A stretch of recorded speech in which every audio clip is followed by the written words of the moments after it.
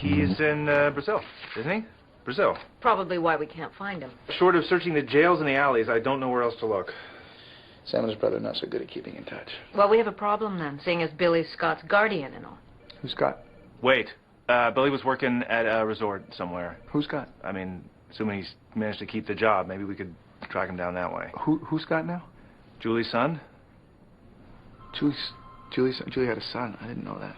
And Billy's the dad? He's not Scott's dad. I mean, not by birth anyway. But According to Julie's will, he is now. Billy's not really father material. He's a loser. I mean, I don't see her giving him custody of her son. And Billy wouldn't take Scott, I mean, unless there's money involved.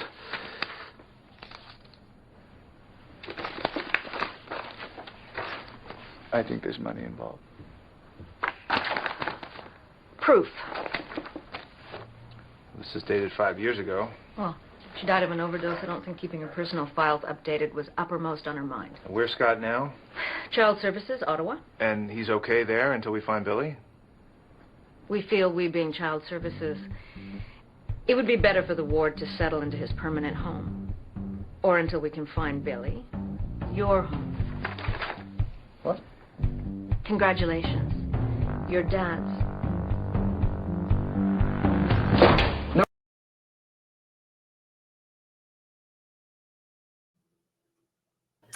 Hello, and welcome to Book versus Movie, the podcast where we read books that have been adapted into movies, and then we try to decide which we like better, the book or the movie. I am Margot P. of coloniabook.com, and this is my good friend and co-host, Margot D. of Brooklyn Fit Chick.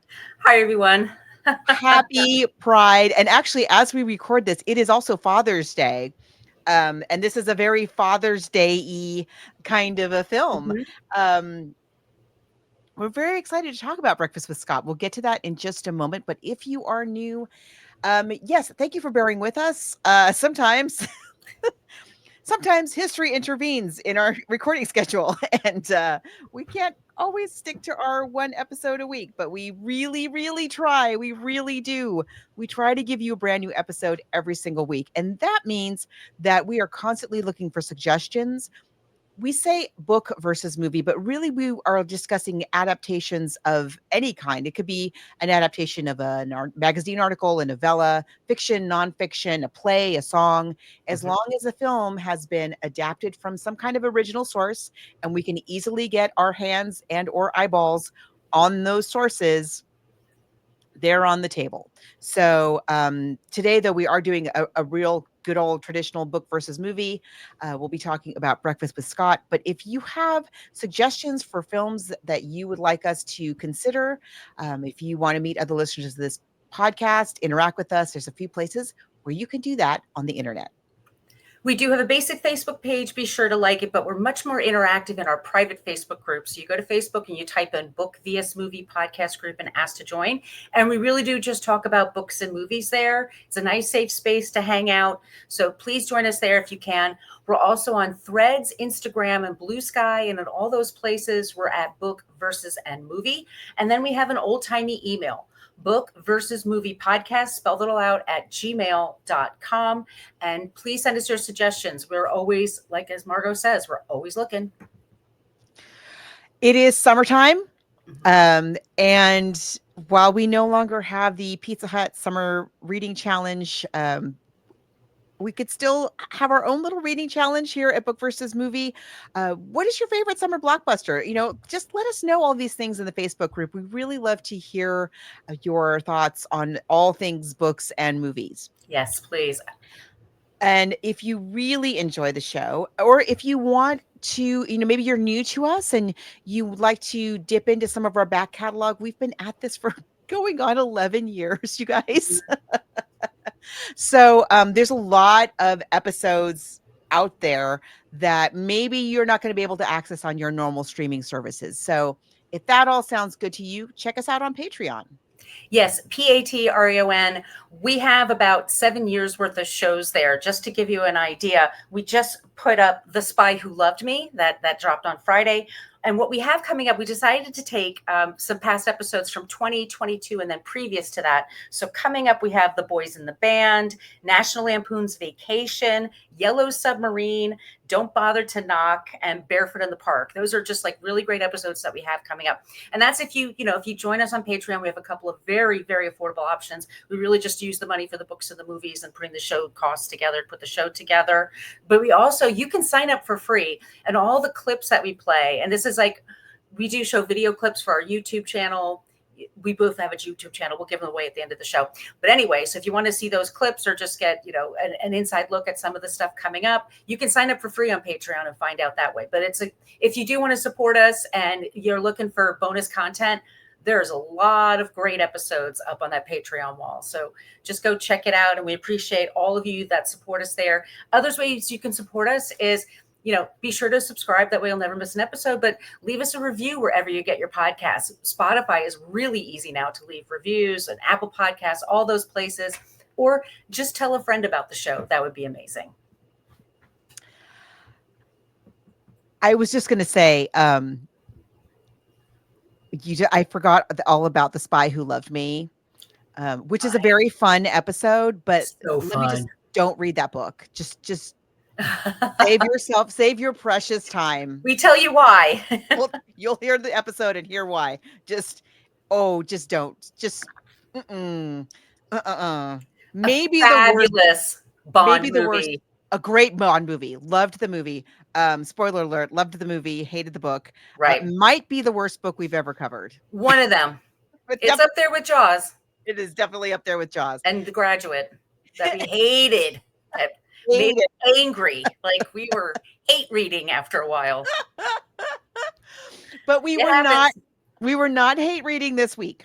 No, we weren't. And so we're talking about Breakfast with Scott, and Margot came up with this.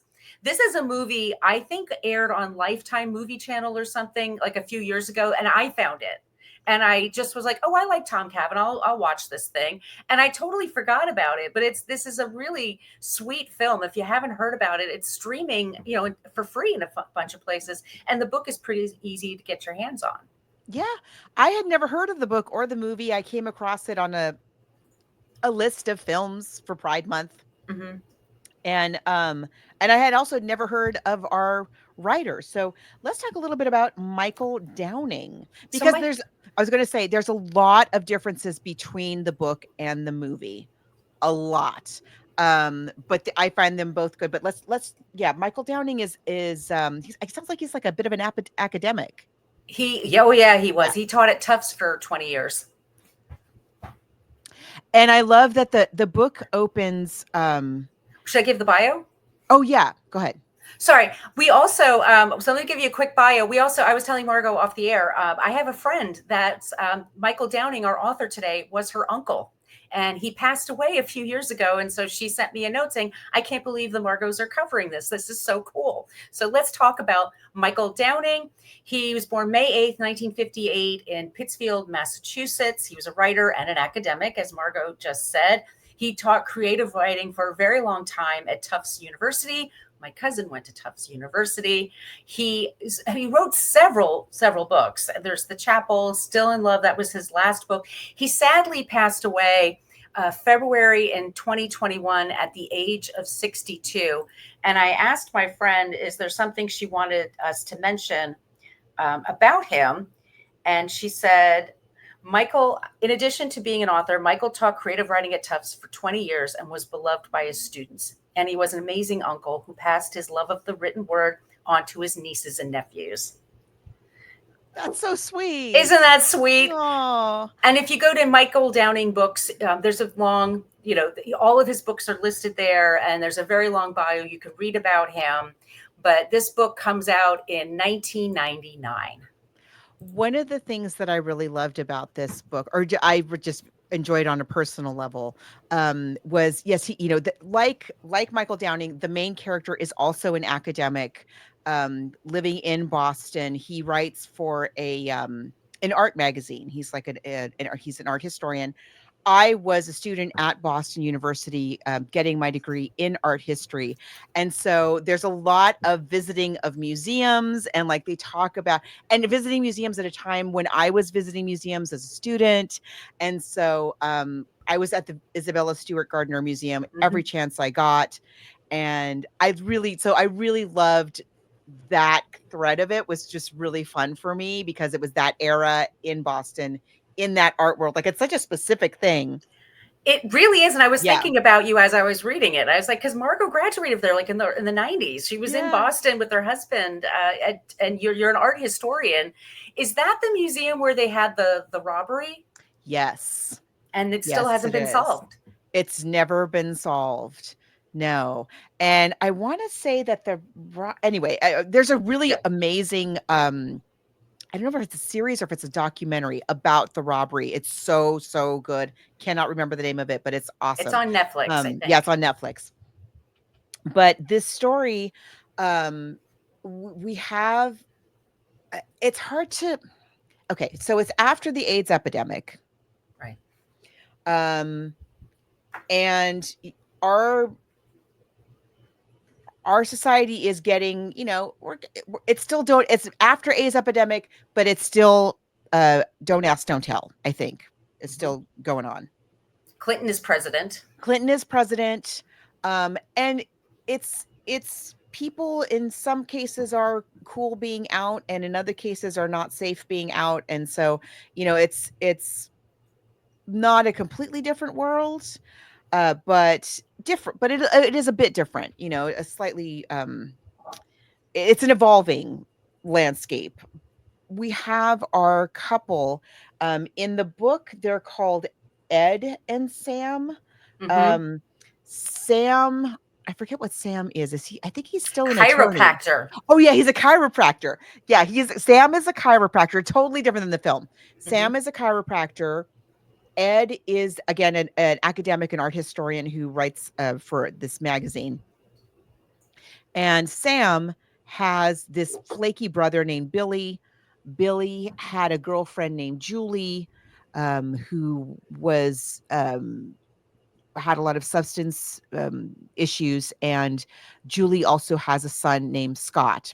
And Julie dies possibly of an accidental overdose. It's not really clear if it was something that was intentionally done or not. But the long and the short of it is, Scott is left in Child Protective Services, although Billy has been named as his guardian. So Billy has fled, basically, has flitted off to Brazil. No, Peru in the book, I think it is. And leaving, so Sam, who's like a good kind of upstanding guy, he's like, okay, well, I guess we'll take care of Billy we'll take care of Scott until Billy can come and get him. And so they agree. No, I'm sorry. That's not what happens. That happens in the movie, not in the book. In the book, Sam and Ed discover that Julie has named them as Scott's guardians. And they're like, what? Like, this is just so, your brother's girlfriend's kid, and your brother's not really in your life, but she's named you as the guardian. And there's this thing of they produce these so-called letters where they're claiming that Sam has agreed to be the guardian of Scott, and they're totally forged.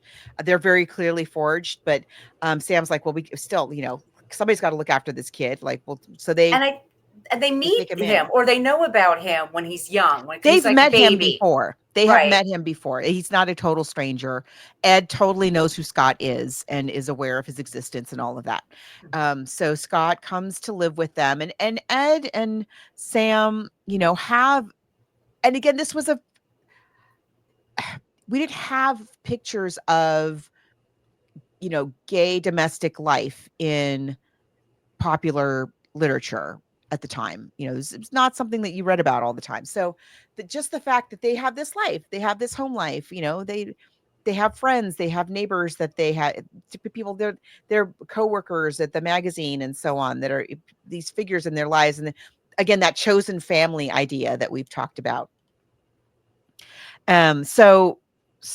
So they've introduced this child into the mix, which, okay, it's something that was going on in the 90s. Like, we were having more and more of these families with, two parents of the same sex, or different than the what do they call that? The nuclear family norm. Right. It's kind of like an extension from Kate and Allie and like My Two Yeah. Dads. The idea of just two people raising a kid together. It could be a romantic partnership or it could be roommates or whatever. Yeah. But it's funny because, and I appreciate this look at it, is that Ed and I'm sorry, it's Sam and Ed. Sam and Ed. So Ed is our narrator. We learn Yes. everything through Ed's eyes. Yes. And Ed is not a fashion gay or a glitter gay or a rave gay. He's an academic person. He's a dude that just happens to be gay and has, a husband. And both of them are kind of like that. Yeah, they're not flamboyant. No. They're not, They're quite dull. Let's be frank. They're kind of dull. Yeah, they don't like to party. They don't want to do any of that stuff. And they also just have like lives that they like too. Yeah. Like they have their downtime, they have their hobbies and the things they like to do. And it's used to be like, I guess, like I had a gay friend said, one of the joys of being gay was like nobody bugged you about getting married and having kids. Right. As a single woman, like people constantly give me that crap. But now everybody's expected to like, well, you don't have to be married and you could be in a throuple or you could be, why aren't you doing this? Like, oh my God. But this is 1999. I mean, it's there. And I just realized as I'm watching this, it's got kind of that baby boom kind of vibe, like Diane Keaton inherits a baby. It's like, I don't even know what this is about, but it's the same thing. It is. And they're not at all, they have no point of reference for taking care, and they do have some women in their lives who are also kind of unconventional. But they pop in and out of the story to kind of help them out. Sam has a sister as well, I think, who I forget what the deal is with the sister, but anyway, the point is they end up with this child, and very quickly it becomes apparent that this child marches to the beat of his own drummer. It's not clear, like, is he on the spectrum? He may be. He's not consumed with trying to fit in any way. He's going to wear what he wants to wear. If that's glitter nail polish and a feather boa and combat boots, that's what the kid's gonna wear. And so but it, unlike in the film, in the book, Sam and Ed, I feel like Sam and Ed are more of a team in the book than they are in the film, right? They definitely, and it's really interesting to see because they clearly have a very strong relationship, and so they are conferring back and forth with each other the whole time. Like, okay, what's the right thing for us to do here? Like, do we encourage him to do this and he gets punched in the face at school? Do we step in and like help him fit in? What are the right things to do? And so it's really just a story about them having an unconventional kid. For whatever reason, he's unconventional. Like, and it's not really clear. We don't know. He doesn't know even. He doesn't know. Yeah, they grew up knowing what it's like to be bullied for being different and how terrifying that is. So for them, like, it's a safety thing. They just want them to be safe, but they also are protecting themselves because they're not out to everybody. Not completely, no. And, because it wasn't completely safe, and it's not completely safe now. Speaking of which, I was speaking of being not completely safe. We were talking yesterday as we were recording this. Yesterday was No King's Day. There were mass rallies all over the world. I was only at the San Diego one for a little bit. I had to work yesterday, so I went down, took some pictures, and then I thought, well, I'll take a one of those app driver back to home, and so the driver picked me up, and at that point I had stuffed my sign in my backpack, so there wasn't anything that I didn't necessarily have to be there for that reason, And so as he was driving me home, the driver was like, because we were stuck in traffic because everybody was trying to get out of downtown. He's like conferring with the protesters, and I wasn't really clear I think he was sort of making fun of them. Mm. And he was like, "Yeah, didn't you?" He says to me, "Yeah, didn't you notice there seemed to be like a lot of gay people around?" Like, what? Oh my What God. does that have to do with anything? And and I was like, well, I guess, you know. And then he started talking about some other stuff. And then he said, "Oh yeah, oh, I just got a text from a friend of mine. Like he's down there at the rally. He's like, he says it's cool, but there's just too many gay people around." I'm like, what is? How many people is too many gay people? What are you talking about? Okay, this made me think. It was You and I, yesterday. 10 years ago, almost 10 years ago, we went to the Women's March in DC. Mm-hmm. And we Mm-hmm. met here in Brooklyn at my apartment. And we had to leave here like 4 a.m. Do you Oh yeah, remember? yeah. And we didn't have the app then. I had to call a car service. And the That's car right. service, the guy was from Sheepshead Bay or Bay Ridge. And he showed up. And I even said to you something along the lines of, I don't know what, they're actually a little more conservative neighborhood than where I live in Yeah. Brooklyn. So for a second there, I was, we get in the car and we're going up Flatbush Avenue and it's empty. And we're going to get to our bus. And he says, me and my friends, we've been talking about this going on, and good, we're going to pray for you today. Good luck today in DC. Yeah. And he was so sweet. And He was so sweet. he really was. And we just didn't expect that, because for a second they're like, do we say anything? Like, Yeah. yeah. But where else are we going with our signs and our And our pink hats and, and there were so many buses heading there. So it was, yeah. But sometimes you don't know what you can say out loud. And even in New York, blue New York, you still have your I pockets. know. You don't know. So, But I mean, so people are still, I mean, this person was a lot younger than I am. mhm. And his friend was a lot younger than I am, I'm sure. And I guess so, it's not completely safe. And it's Pride Month. And What's you're in wrong with you? California, like, Seriously. there are places you can live and talk like that out loud, and no one's gonna think twice. I know. I can't even. It's so dumb. How many people is too many gay people? Exactly. I mean, if it's 10% of the population, I mean, seriously, I mean, I don't know. Anyway, all of this is to say, you couldn't just go around, holding hands with your spouse, holding, being too obviously affectionate, Right. hugging even was not necessarily the safest thing. So they're navigating that as well. And we talk about, oh, yes, we were changing the idea of what a family is, but a lot of people weren't happy about that. Yeah. Also. So so Ed and Sam, I really, again, they have a super strong relationship, very, very clearly. And they've been together. It's not clear how long they've been together, but it's a long time. Mhm. And so together, they're really just trying to figure out and understanding. And I really like that they don't try to be perfect. They understand, like, we're just doing the best that we can possibly do here. And there's a scene, it might be in our clips, but there's a scene in the yeah, it is. We'll play it a little bit later on. There's this wonderful scene in the movie where I forget what his name is in the movie. Eric. Ed is Eric in the movie. I think because Tom Cavanagh played Ed in the TV series. Maybe. So maybe he said, I've already been an Ed. I'd like to be something else. Could be. Eric, there's another name for you. So, but in the book, there's this wonderful scene where Eric makes this speech to the little boy.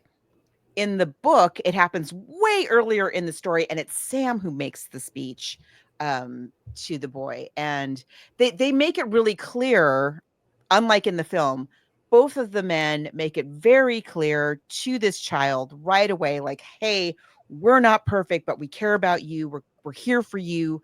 This is your home.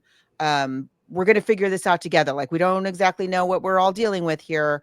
But and so they really, they help him gradually make friends. There's also in the book, and it's in the movie, but it's handled differently.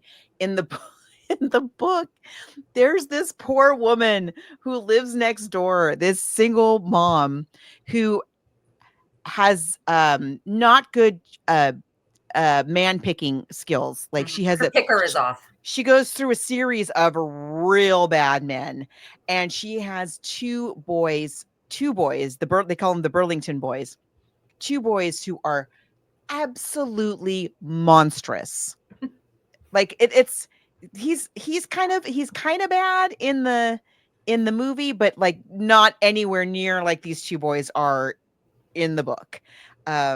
They are horrible. Like eventually the police takes them away for a little while. Let's put it that way. So there's also that. They've got that like literally right next door.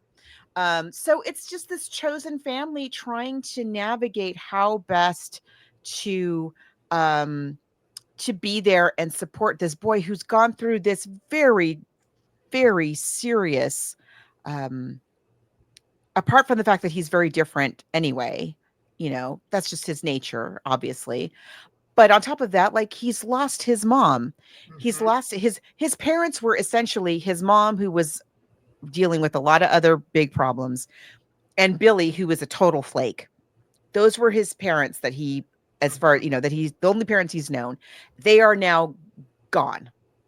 And then he has two dads, and they're always home, and they're following everything he does, and they're watching everything that he does, and they're trying to figure it out. Like they just inherited like a fourth grader. They don't know what to do. They've never done this before. So it's about that. And I really appreciated the book. I thought it was, I liked the writing style of it. I did too. It's very good. It's not completely linear. It's not like he says, we're at this, we live in Cambridge, Massachusetts, and blah, blah, blah. He just goes right into the conversations. It's very conversational. Right. It opens with him and it opens with Ed and Scott at the Isabella Stewart Gardner Museum. And Scott is maybe not that concerned about museum manners. A lot of kids aren't, but he really isn't. He really doesn't understand like inside voice versus outside, like all of those kinds of things. Nevertheless, Ed is there with him. Ed takes him there again and again and again. And it's just, they help him like eventually make some friends. Like he has a lot of the kids that are in the movie are also in the book, but it's just a little bit different. And it's just very, very sweet. They have one of the things that they brought from the book into the movie, which I really love, is that for some reason that's never explained, Scott always sings Christmas carols. And he seems to, it's like a thing that he does when he's stressed. He starts belting out Christmas carols, and it's just very sweet. And I really, it's them all accepting this boy for who he is, as we say today, like meeting him where he is. And also each other, also these two parents, these two men who are now parents out of nowhere, realizing, that they all have to take each other as they are. Now, there's another element completely in the book that's not in the movie at all, and we're going to spoil everything. Yes. Which is, and they do it, they take it a different direction in the film. In the book, Billy eventually shows up. And we learn that Billy is married. And Billy is married to a woman named Mia, who was a friend of Billy and Julie's. So I can't remember if Ed and Sam knew Mia. No, I don't think they did. But anyway, but Scott knew Mia because she was around. Now Billy is married to Mia. And it's not really clear if it seems to, I think, suggest that when Julie was kind of on the way out, Billy was already with Mia. And so Mia and Billy have a child. No, I'm sorry. Mia and Julie have a child. together. So Scott has a half brother. No, yeah, So- Julie had a. Julie, so here's the thing. So okay, I'm sorry, I'm getting all Yeah, muddled up yeah. with the That's okay. timeline. Julie is not in a good way. And that relationship was not good to begin with, and it is breaking down. Billy's already getting involved with Mia, who eventually he's going to marry. Julie, in an attempt to keep Billy in her life, gets pregnant. And it's not clear, like, is she doing that to make sure that Scott is taken care of? Is it just like it's out of selfishness? We don't know. But the long and the short of it is there is another child. Scott has a half brother. Ed and Sam have a nephew they didn't know about. I forget how old he is, but he's born when Scott's like 6. And even Scott doesn't know anything about this child. And Mia and Billy have been raising Scott. I mean, Corey is the name of the half brother. Have been raising Scott's half brother for some time. And they live close by now. They live in like New Hampshire or something. Without telling anybody. And they just show up for like Christmas and we're like, surprise, we're married, surprise. I have this son who the mom is Scott's mom, so we're gonna just take Scott now and all live together in New Hampshire or whatever it is. And so they're a real threat. And eventually, like in the film, Ed and Sam make Billy understand like that's not the right. That's not a good idea. That's not a good idea. So, and Mia also realizes like, yeah, I thought that would be a good idea, but obviously Scott belongs here. This is his home. And so, so then eventually they work again, another non-traditional kind of family situation. And that is what works for Scott. Right. And that's the end. Yeah, that's the story. So yeah, it's 1999, as Margos says. The book does fine. I mean, I was going through newspapers.com trying to look up, who reviewed it. Did it get a lot of reviews? I thought it would have like a feature in Boston Globe, but it's like his third or fourth. I didn't find anything. And it's like, and I used to do book PR. So I know like it's so difficult to get press in Boston. Forget it. Like they don't care. So I was trying to find that. I mean, it got decent reviews, and especially in the in gay media, they reviewed this book. It was nominated for a Stonewall Award, I believe. Yes. But like you say, it's very well written. Oh yeah. And it has its fans. It's engaging. Yeah. So, and I looked at, of course, Goodreads, which is kind of a, whatever that is, but it has its fans. But then we go to making this film. And so the rights are bought, and then it takes a few years, and sometimes it takes like 10 years for this stuff to happen. So now we have a director that is based in Toronto, and his name is Laurie. That's his name. Yeah, Laurie Lind. And so he's our director. He's based in Toronto. And so they decide to move the film in Toronto. And I don't know if Canada also did some funding for this movie, and that's why it happened. It's a very indie project, and it has that independent film kind of feel to it. So now we're in the year of our Lord 2006, and that's where they're starting to film this. They get their cast together, and we'll talk about the cast. But so we have Tom Cavanagh. I'll just bring that up right now. Tom Cavanagh plays Eric McNally. Ben Skenkman plays Sam. Noah Bernett is Scott. He's really wonderful. He's very talented. Jean Ann Goosen as Nuala. And I think like with the book, I would say with the book, because his whole thing is very conversational, and it's not a lot of information dumps. Like they're just kind of going in and out of conversations basically to follow the story. He sometimes bring people. I'm like, wait, who's that again?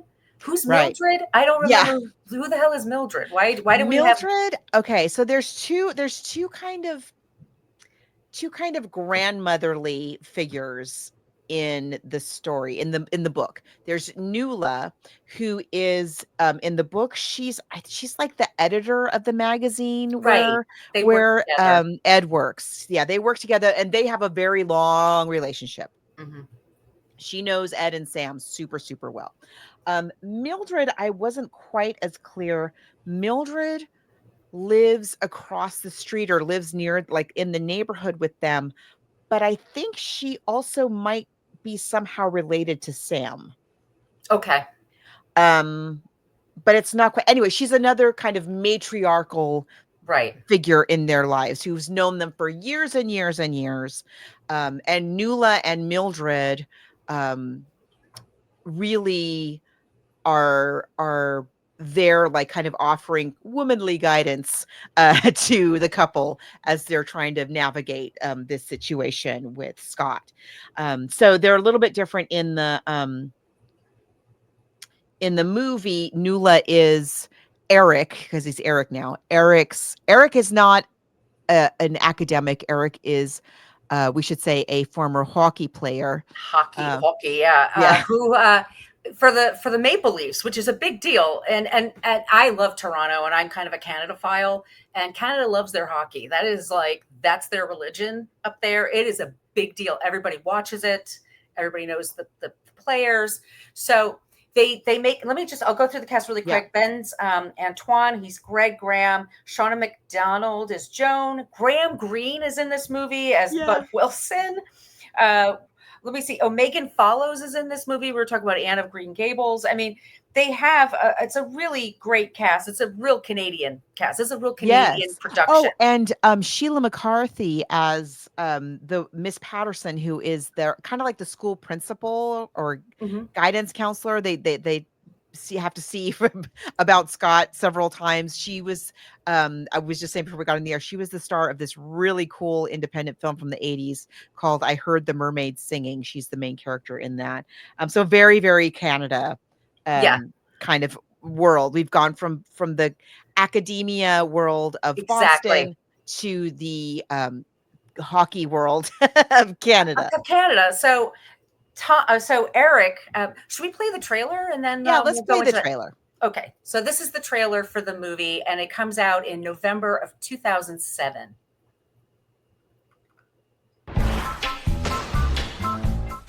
I'm Aaron McNally. Thanks for watching this NHL preview edition of Penalty Shot. You're Eric McNally. You play for the Leafs. You were a great fighter until you got injured in that practice. Julie died. I'm sorry. Who's Julie? That girl that my brother Billy was living with. We can't find Billy. Lou. Nicely done, Billy. Sammy, break it up. Sam and his brother are not so good at keeping in touch. Well, we have a problem then, seeing as Billy's Scott's guardian. Who's Scott now? Julie's son? Julie had a son. Congratulations. Your dad's. Nope. Boys that age are nightmares. 2 words. Nightmares. And I should know. I grew up playing hockey with them. We have to do this. It's the right thing to do. It's only for a few weeks. Scott, this is Eric. Nice to meet you, Scott. What do you think? Who's that? Wayne Gretzky. Who's that? Wayne Gretzky. I only like musicals. So who is this kid again? Sam's brother's dad, his girlfriend's son. Which one do you think goes better with my coat? This one or this one? You know, does he even have a baseball glove or baseball? Ha! Oh, stickers! Let me go! He was going to kill me! He said he wanted to kiss me. Kiss you. You think I'd make it up? I think Scott might be gay. What was your first clue? Is that a picture of your mom? This poor kid. He doesn't have Billy. He doesn't have his mom, and he thinks he doesn't have us. You sound like a parent. No, I'm not his dad. I'm not a dad. Hey, Mommy. Scott, stand up. I think you're gonna have to carry him by his poodle belt. This kid has no idea how to behave. None. I'm talking self-preservation here, Sam. Well, he'll learn. I'm not talking to you, either of you. I guess there's always private school. I thought the idea was to make him less gay. So you must have faked being not gay. What did you do? I played hockey. You know how to skate, huh? Look at that kid go. That's it. You don't want to let the team down, right? Drop the damn stick! Give it to me to beat you with! Pop-Tarts, cheese sticks, Yogos. Hey, Scott, come back. That is not a proper breakfast! Should I go after him? My dad used to just yell. Get back here, you have to eat something!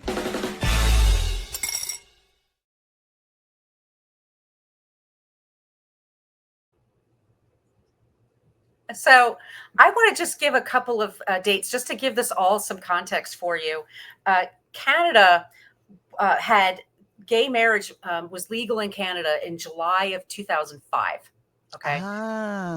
So that's 20 years this year. And then in America, it was like this state was, but that state wasn't. And I had friends that got married in multiple states because anyway, it's younger generations are going to be like, what the hell was the problem? But anyway, so here you are in Toronto. It's 2006 when they're setting this up and they're filming this. And they give the script and they decide to make Eric a former hockey player. And he's a former hockey player that gets injured. He's the enforcer. He's a guy that gets in a lot of fights.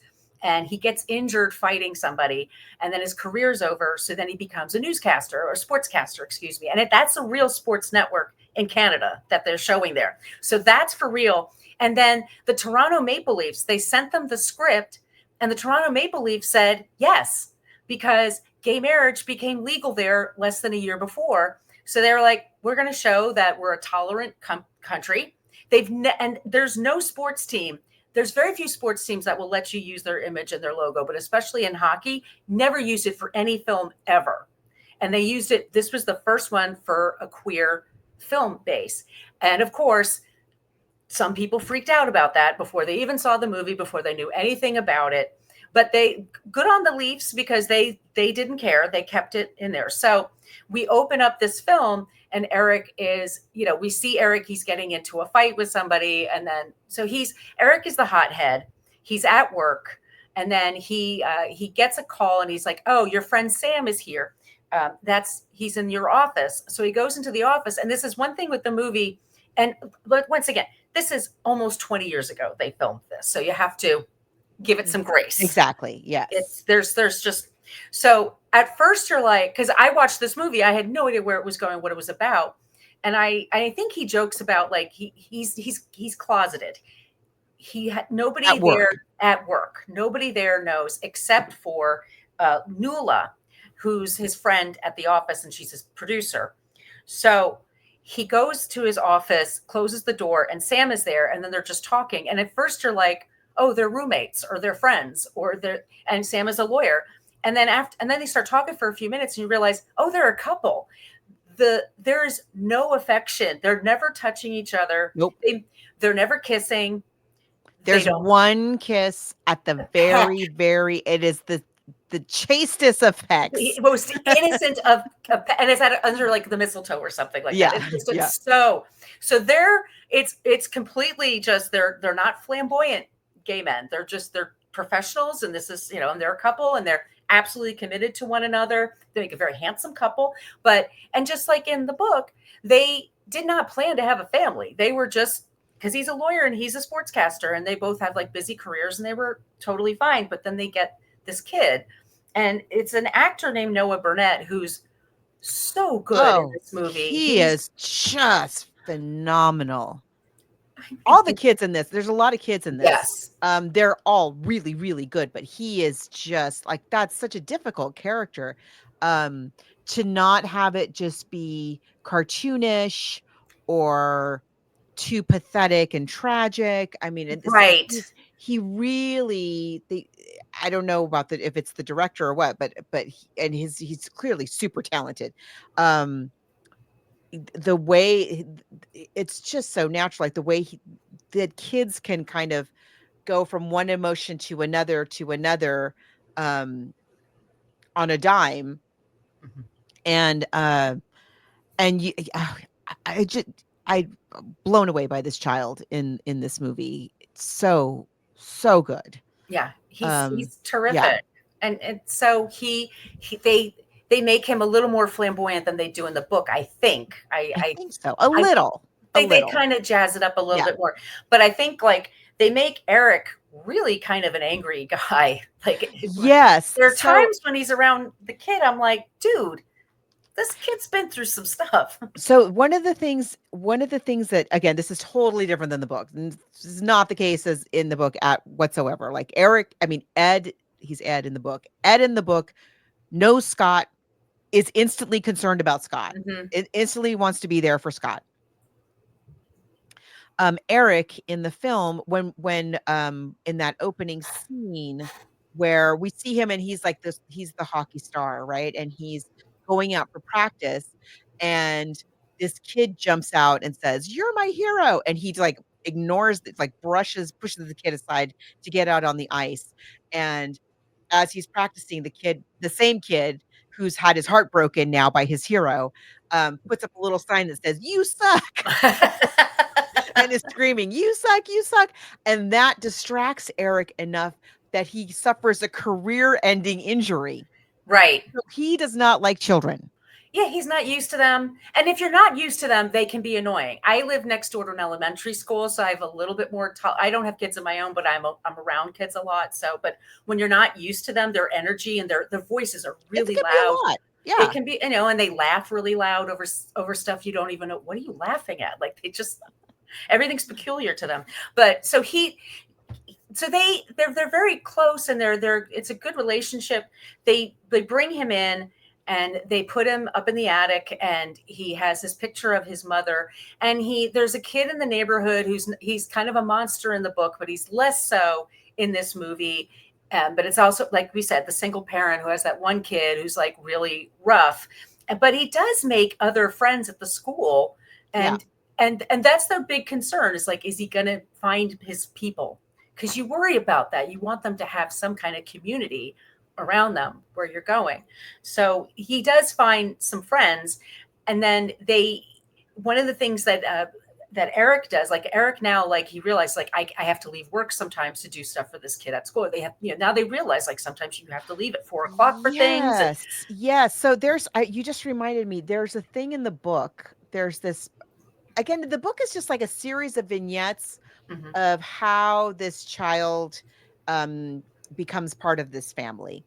And there's a point in the book where Ed, who's Eric in the film, Ed, who's an art historian, has an opportunity to go and study some rare Giotto frescoes in Italy, in Siena, I think it is. Anyway, dream assignment, basically. Who doesn't want to go to Italy and study frescoes and eat Italian food in the sun? Sounds great to me. Yeah. So that's what he wants to do. It's his dream job. And he gets this assignment, but he can't take it because he doesn't want to leave Scott. And so similarly, they give Eric this thing where he, because he is still proving himself as a broadcaster. He's at the desk. And so they give him, hey, here's your chance to really prove yourself. Go cover these, I guess it's like a youth hockey thing in Reykjavik. And he's very excited about it, like that's his dream assignment. He's going to go to Iceland and cover this amazing thing that he's dreamed of covering for so long. And ultimately he has to give it up to be a parent to Scott. And so it's a lot of the same scenarios, but then you have this added element of Eric being closeted at work, which I get and I don't get, because here's the thing. I totally get being closeted at work. Get that. You're working in sports. But we establish that he's closeted at work. We also establish, though, that he is very famous. There's scene after scene where Scott's acting up and he has to intervene, and whoever the adult that is offended goes, "Oh, you're Eric, whatever his name is. McNally. You're Eric McNally. You played for the Leafs. Da, da, da, da. And you hurt your shoulder, and they know his hothead. Life story." I find it very hard to believe that he's also having this long-term relationship with Sam. They own a home in a neighborhood and in Toronto, yeah, and nobody. It seems weird. But okay. But then I'm reading, so I go back and I look up in the Toronto and all the Canadian papers, like once again, the Maple Leafs said, yeah, you could come on, you can use our logo, you could come to the stadium, you can go, everything, you could come here. And there were people who were, of course, conservative groups who were saying, we don't want to do that. And there were also, there's sportscasters that were like, well, you can't have gay people because they'll be in the locker room and they'll be hitting on everybody. There's all this silliness that's attached to it. That's true. And it's, I mean, how many out, I mean, there are out lesbians playing sports, but how many out gay men are playing sports, Yeah. professional sports right now? Think about that. Right. And in all of hockey, football, soccer, basketball, baseball, there's how many? Right. Still. So there Right. is still a bit of that. Sure. However, Yeah. Go ahead. No. Counterpoint. Yes. There's never any, when he's at work, which is the whole thing, is that he's closeted at work. I totally get when they're out in the world and you have a rando hockey fan there, like, you don't know. So I get that. But there's never, no one at work ever makes a remark that could be, you know, viewed as being even slightly homophobic. Everybody seems totally fine. Nobody cares. And when Eric finally decides to come out, quote unquote, to his work folks, his producer Nuala knows, right? She says to him, like, you know, everybody knew already and nobody cares. So I don't know. It was a little odd. I found it a little odd. That nobody knew in the greater populace if he was so famous. He's famous. He's handsome. He's funny. He's charming. Like, he's outgoing. Like, he's he's not shy. Like, what's his deal? What is so that's fine. Okay, it's fine. Once again, this is almost 20 years ago, and I mean, that's time. Things do change over time. You'd be really shocked. So let's play the clip actually, and it's let me look it up. It's with Sam and the kid in the bathroom. Oh, okay. There we go. Yeah, I got it. Look at their faces. Yeah. Do they shave anyplace else? Such as? The regular region? The leg. No. No, Scott, no. Oh. Athletes, only athletes. You were an athlete. Yeah, which is why I can say don't do it. It grows back. Very painfully. You do not believe how much it itches. It's not funny. Kids think I'm gay. Really? That's a shock. You know what gay is, right? Means they don't like me. Doesn't mean that. They don't like me very much. Doesn't mean that either. Look, these kids that say you're gay, they just don't know you, okay? Gay's a label, okay? Like short, weird, or not that you're any of those.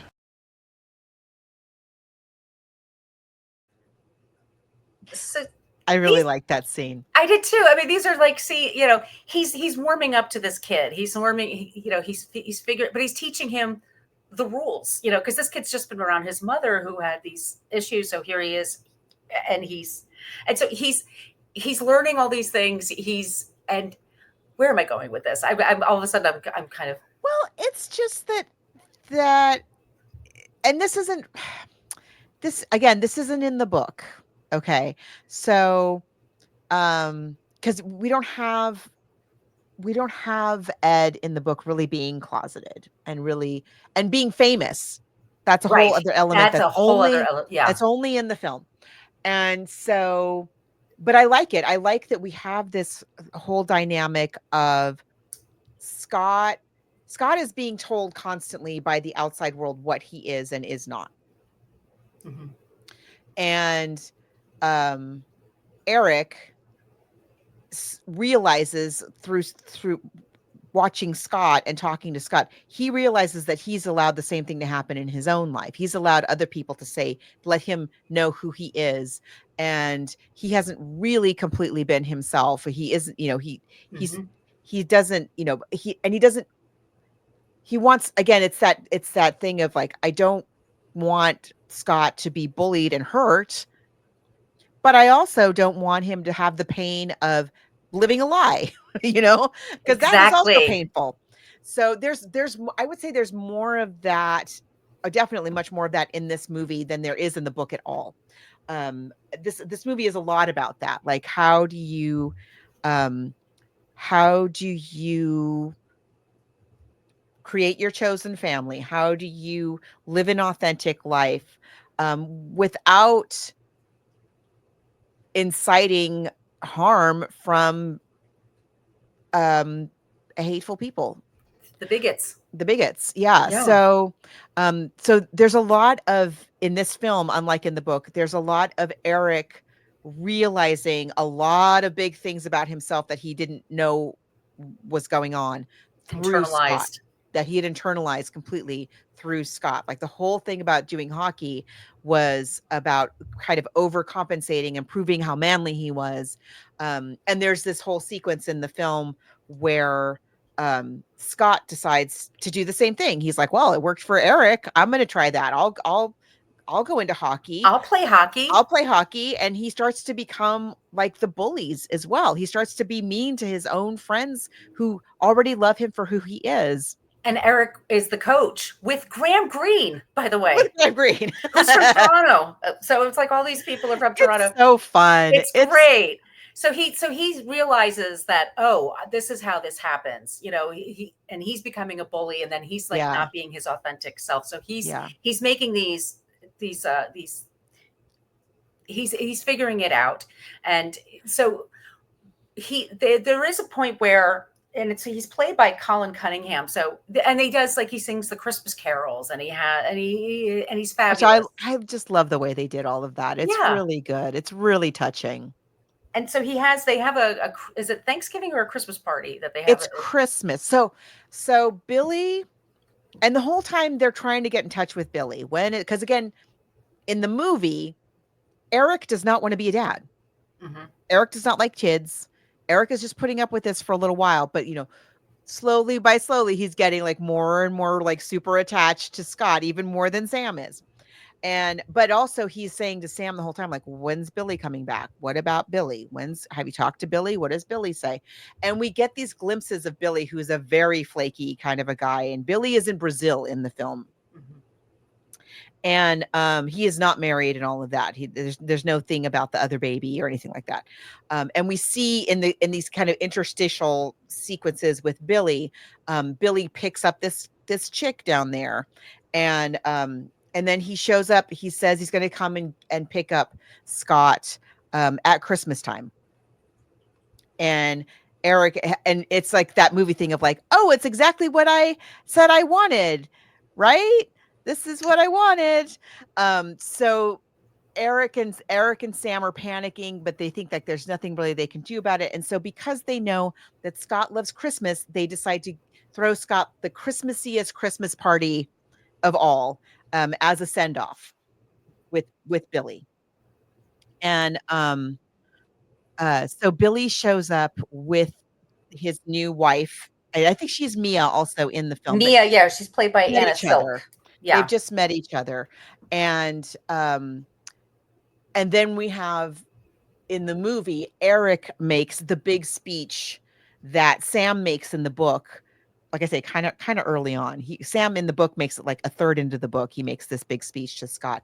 But it's sort of the culminating moment of the movie, and it's Eric making the speech because Eric in the film is the one who didn't want kids. Right. So we'll play that. You didn't notice how much I grew. What? This morning, I asked. What? I grew a lot. Yeah, kids grow. You grew. It's good. You didn't notice. I would.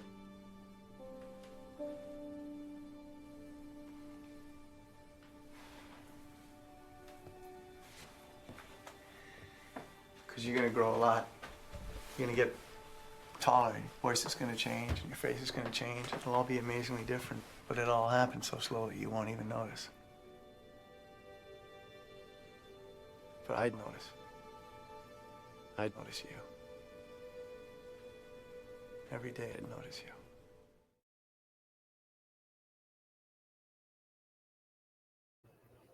Aww. I know, it's so sweet. I have to say, I like the way it's written better in the book than in the film. But and then spoiler, Scott says, I don't want to go. I want to stay with my two dads. And he does. And he does. And Eric eventually does finally come out to his crew. And the way he comes out is he says, when I was playing hockey, people used to call me Erica. Yes, which is something That he learns from from the little bully boy in the neighborhood says that to him, and he realizes, like, what was I even doing? people really were making, yeah, they were gossiping. They were saying, they were wondering, they were gossiping. So it's like code switching, basically, like what he was doing. So yeah, that's our movie. I liked both of them very Me too. much. Me too. If you're looking for a Christmas movie to add to your, Yeah. it's great. I mean, if you're looking for a Pride movie, obviously, I think, this is why we picked it. But it's also, I mean, I could see this being on the Hallmark Channel at Christmas time. I mean, Oh, there's definitely. There's Yeah. just some light swearing, but other than that, yeah, it's please. totally. I would watch this with my kids. I would watch this with my kids when they're the age that Scott is in the film. Yeah. It's a very wholesome family movie, and I think it's really well done. I just it was so funny. It's just so different than the book. It's in a completely different backdrop.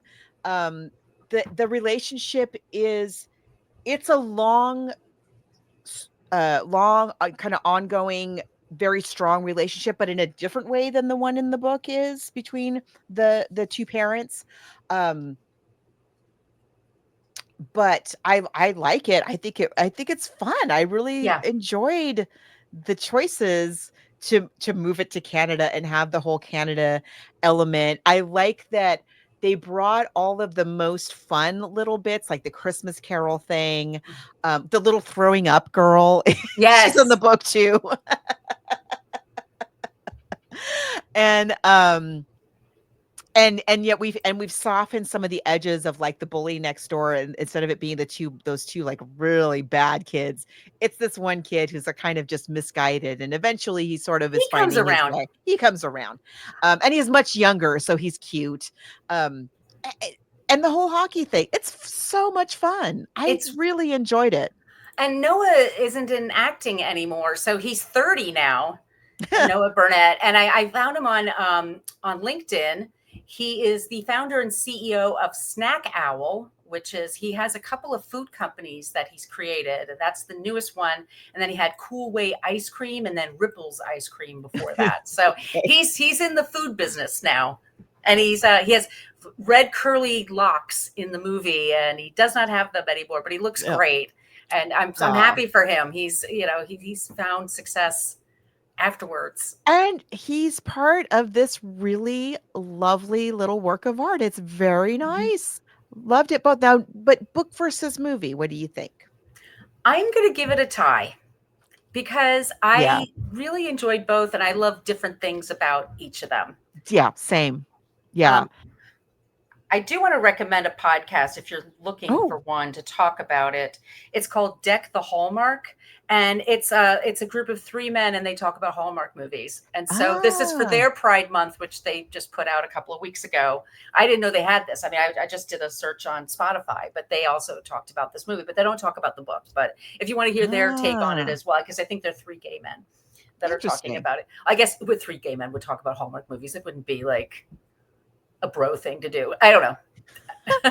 I mean, the bros that do Bravo. No. Bros that do Bravo. I know that. I don't listen to them, but I know that they try to get into that space. But yeah, that's how I feel. I think I'm going to give it a tie because I did enjoy this movie when I saw it a long time ago, and I was charmed by it again. I think it's got great performances, and it's just a sweet little film. Once again, you have to remember, it was made 20 years ago. Yep. Gay marriage didn't come to America it wasn't ratified in America until 2015.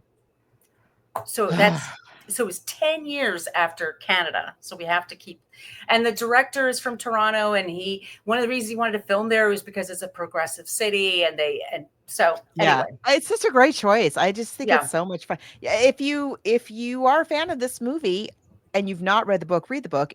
You will love it. And vice versa. They're both lovely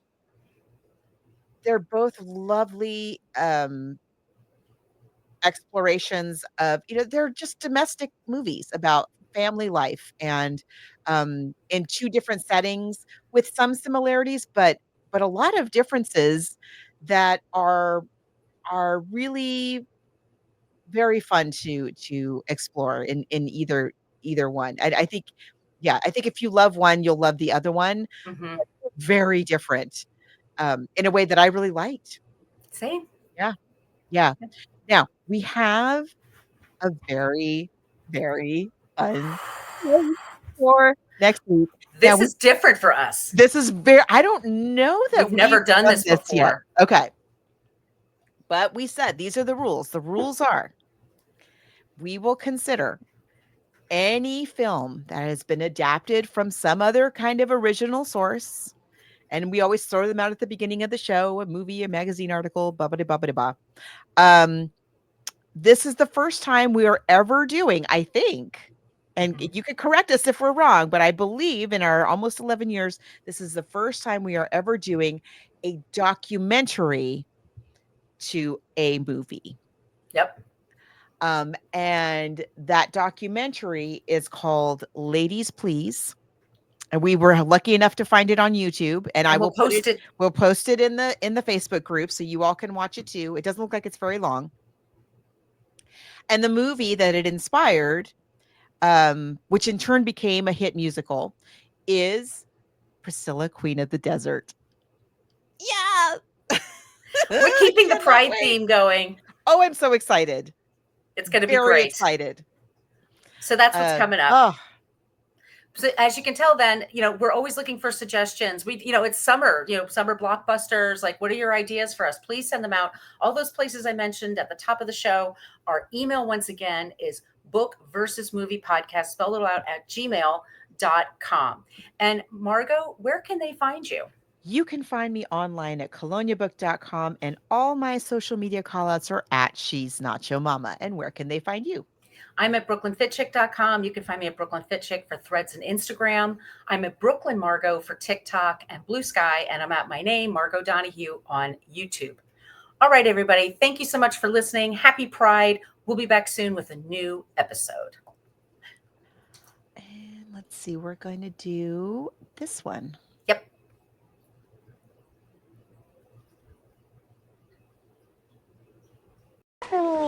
Oh, Eric! Look at how it hangs! Who's in charge of the sissy?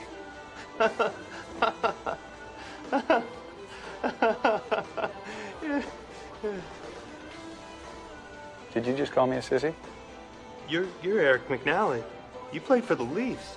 You were a great fighter till you got injured in that practice. Now you're on TV, so... I'm still a decent fighter.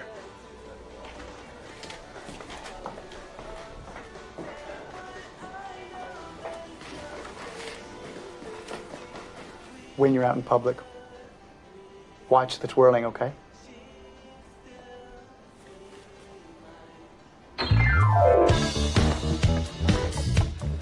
Will you please just pick a frame?